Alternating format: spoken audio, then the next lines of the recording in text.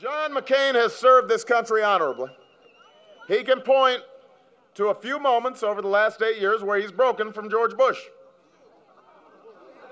But when it comes to the economy, when it comes to the central issue of this election, the plain truth is that John McCain has stood with this president every step of the way.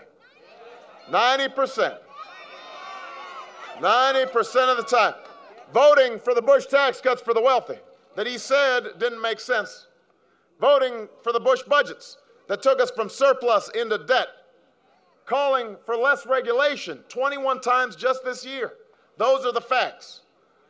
After 21 months and 3 debates, John McCain still has not been able to tell the American people a single major thing he'd do differently from George Bush when it comes to the economy. I mean, think about it. You've been watching all their ads. Do you have any sense whatsoever of what he would do that was different from George Bush? That's because he spends all his time talking about me.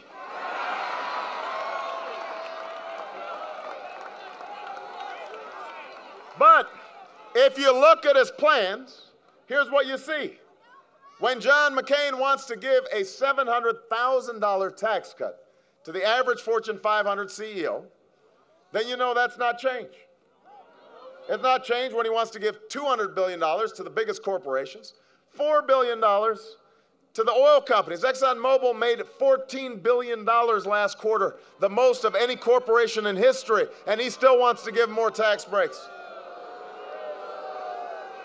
$300 billion to the same Wall Street banks that got us into this mess. It's not change when he comes up with a tax plan that doesn't give a penny of relief to more than 100 million middle-class Americans. Look, we've tried it John McCain's way. We've tried it George Bush's way. You know, deep down, John McCain knows that, which is why his campaign said that if we keep on talking about the economy, we're going to lose. Which is why I keep on talking about the economy.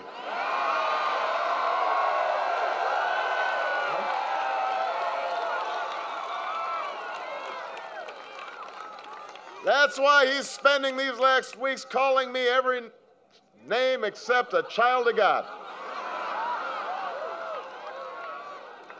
Because that's how you play the game in Washington. When you can't win on the strength of your ideas, you make a big election about small things. So I expect in the next couple of days we'll see more of this stuff, more of the slash and burn, say anything, do anything politics that's calculated to divide and distract, to tear us apart instead of bringing us together. But that's not the kind of politics the American people need right now.